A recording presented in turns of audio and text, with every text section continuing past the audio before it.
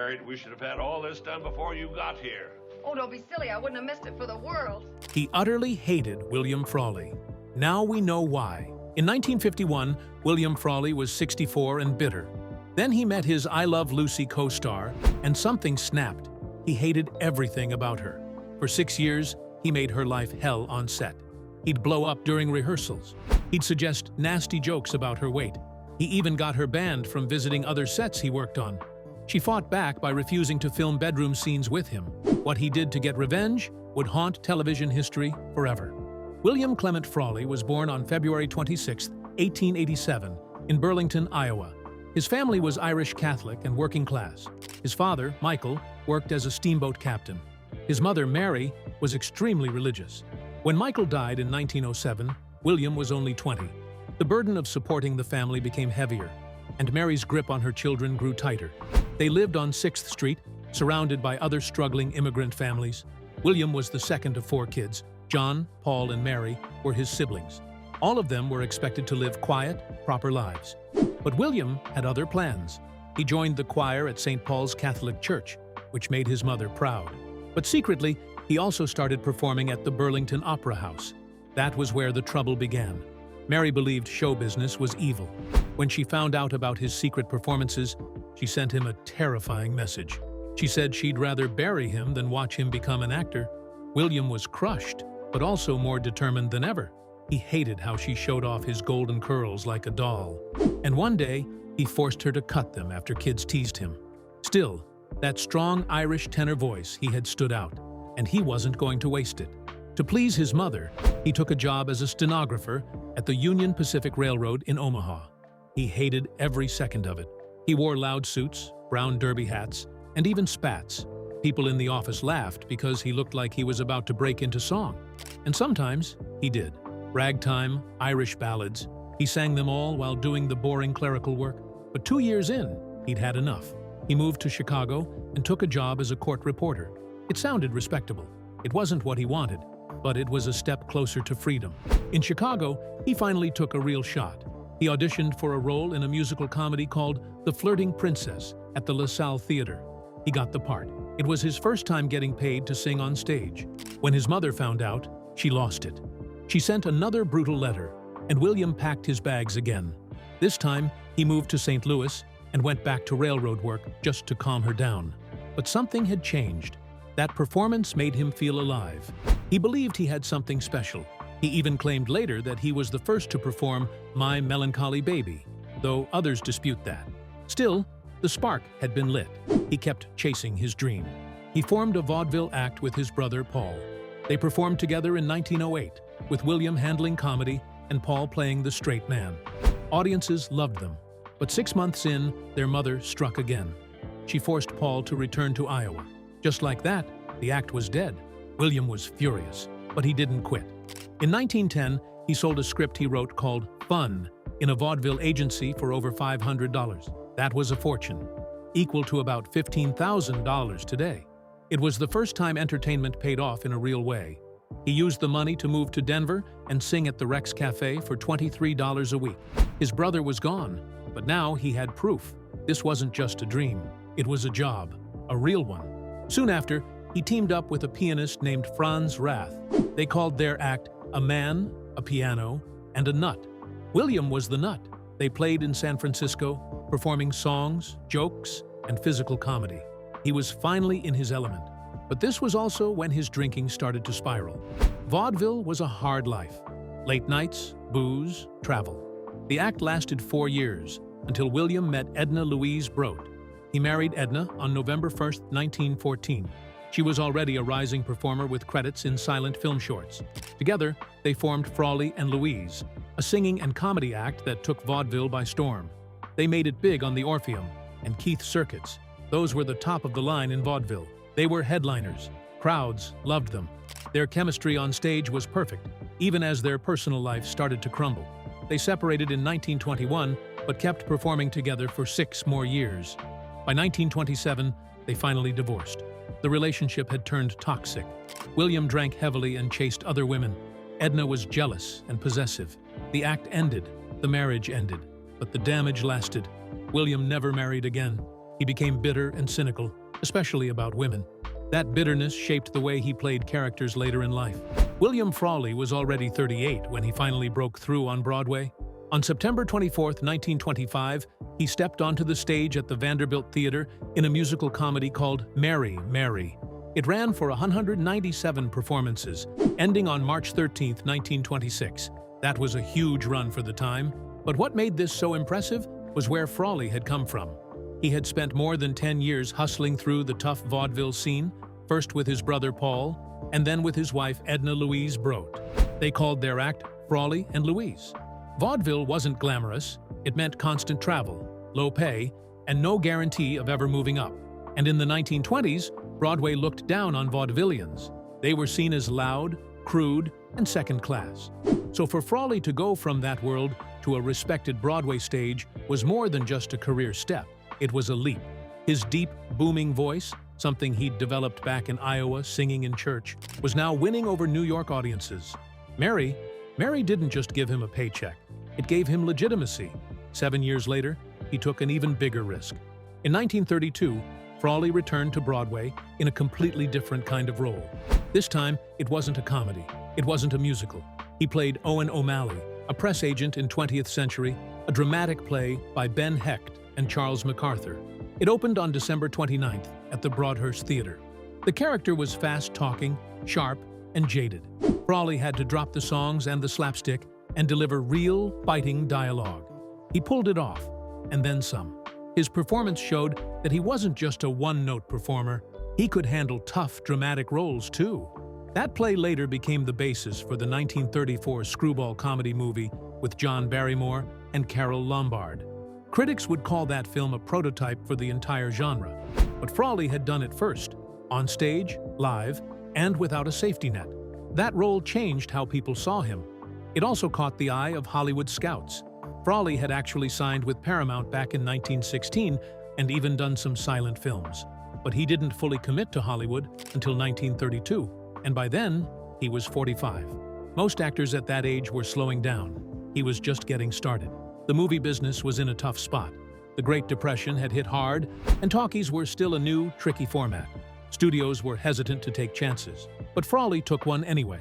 He signed a 7-year contract with Paramount and packed his bags for Los Angeles. This wasn't just a career move, it was a complete reset. He was stepping into a new medium, new city, and new rules. At an age when most were looking for steady work or retirement, yet somehow, he made it work.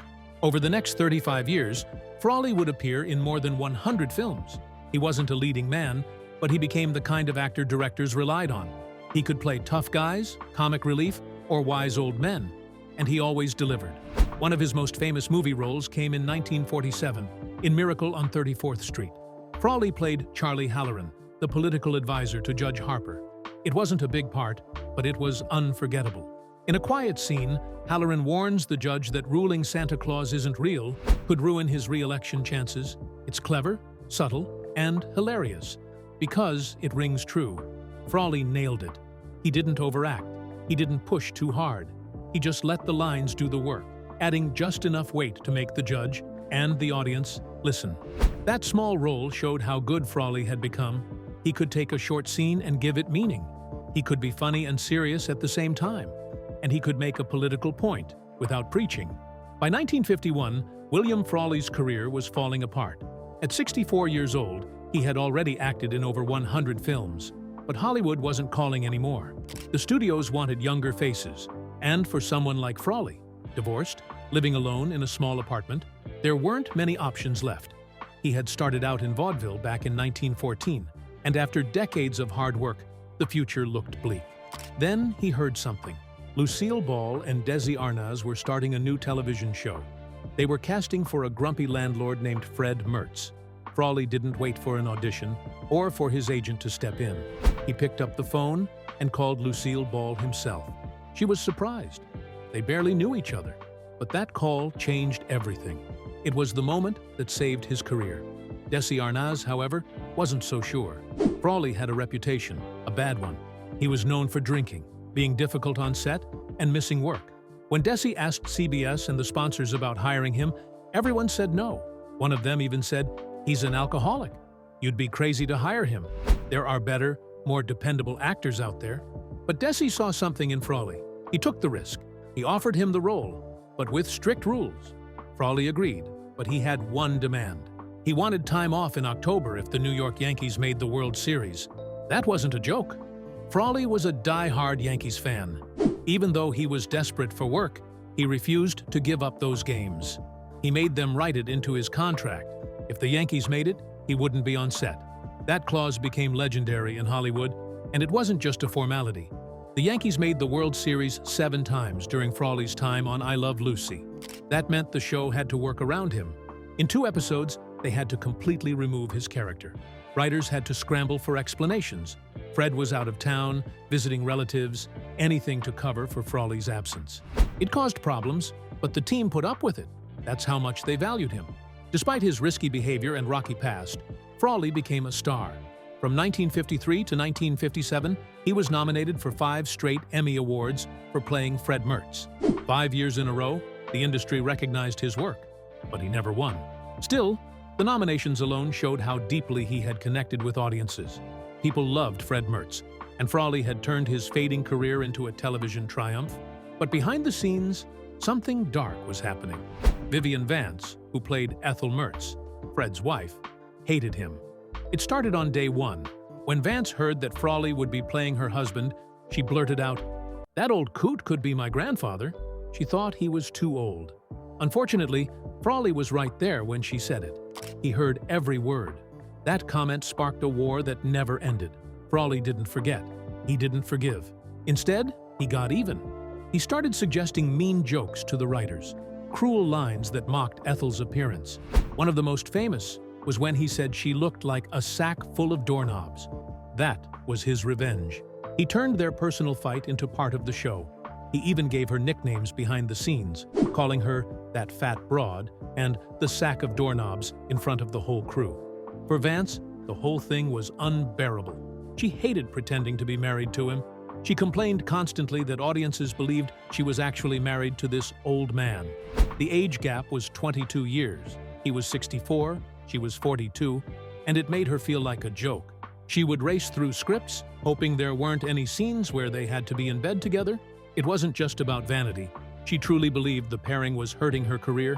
The tension on set kept growing. Frawley would sometimes refuse to come out of his dressing room. Only the show's creator, Jess Oppenheimer, could convince him to return to work. Meanwhile, Vance started slipping insults into her own lines, calling him Old Fat Freddy during scenes. Their hatred spilled into everything, disrupting the filming and making life harder for everyone involved. In 1957, when I Love Lucy ended, CBS had a new idea, a spin-off focused on Fred and Ethel. They were some of the most loved characters on TV. Executives believed it could run for years and make a fortune. Frawley was all in. He was making $7,500 a week on Lucy, which would be around $75,000 per week today. The spin-off could double or even triple that. He saw a shot at being the star for once in his life. He said yes immediately, even if it meant working again with Vivian Vance. But Vance didn't just say no. She slammed the door shut. CBS even offered her a $50,000 bonus just to sign the deal. That's $500,000 today. Still, she turned it down. She didn't just dislike Frawley. She hated him. She told friends she couldn't bear to be in the same room as him, let alone act beside him again. She was 22 years younger and didn't want to keep playing a frumpy housewife to a man she found repulsive. She had been trained as a serious actress. To her, the spin-off wasn't a dream. It was a trap, and she walked away. That decision cut deep for Frawley. After that, things got worse. When Vance later joined The Lucy Show, she added a clause to her contract. Frawley could never appear on the show. It was official. He was banned. Frawley, bitter and angry, would visit the set just to make noise and mess up takes. He'd drop film canisters or shout from the hallway. Their feud became Hollywood legend, and it followed them both. Producers didn't want the drama, so they stopped casting them together. Each lost chances at work because they couldn't stand each other. But the biggest loss wasn't just personal, it was financial. That spin-off could have made them millions. I Love Lucy earned hundreds of millions in syndication. A Fred and Ethel show could have done the same. Residuals alone would have paid them and their families for decades. Instead, they got nothing. When My Three Sons premiered on September 29, 1960, William Frawley stepped in as Bub O'Casey, the boys' maternal grandfather and housekeeper. It was a perfect role for him. He had just finished a 9-year run as Fred Mertz on I Love Lucy. But Bub was different. This character wasn't stiff or artificial. He had a full Irish name, William Michael Francis Aloysius O'Casey, and a personality that fit Frawley's real-life Irish-American roots. It gave him a chance to finally play someone closer to who he really was. The name alone sounded like it came straight from an old Catholic parish in Boston or Chicago. It wasn't just clever writing, it was personal. Frawley had known the show's lead, Fred McMurray, for decades. They worked together in a 1935 movie called Car 99. So this reunion wasn't just a job, it was a return to form for Frawley, who had grown tired of playing roles he called phony. But what people remember most about his time on My Three Sons wasn't just the performance, it was what happened behind the scenes. Barry Livingston, who joined the cast in 1965 as Ernie, saw it all up close. He said Frawley would constantly say outrageous things around the kids, vulgar stuff that would get someone fired today. But to Frawley, it was all just fun. He liked shocking the kids and making them laugh, and he had a soft spot for Barry and his brother Stanley, who also acted on the show. They were real brothers, and Frawley treated them like little nephews, rough around the edges, but with real affection. His humor was crude, sure, but never cruel. As time went on, though, the set became harder to manage. Frawley wasn't just cracking jokes, he started blowing up during rehearsals. He'd read a line from the script, stop mid-sentence, and yell, "Who writes this crap?" And he didn't say it quietly. He'd do it in front of everyone, cast, crew, even guests. It made things tense, especially because My Three Sons was filmed in a strange way. Fred McMurray, the star, had a packed movie schedule, so the team had to shoot all his scenes in 2 long bursts each year. The rest of the show was built around that. When Frawley exploded over the script, it caused real problems. Writers had to scramble, directors had to find workarounds. It was a mess.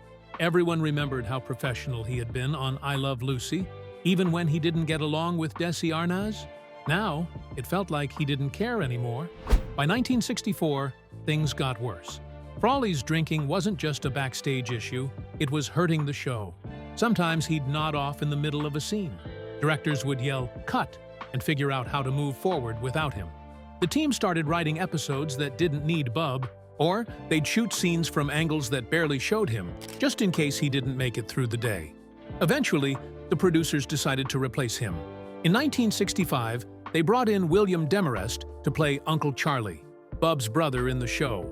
They eased the switch by saying Bub had gone to visit a sick relative. It was subtle, but everyone on set knew what was really going on. Frawley was nearly 70. His health was falling apart, and the drinking didn't help. A year after leaving the show, he died of a heart attack.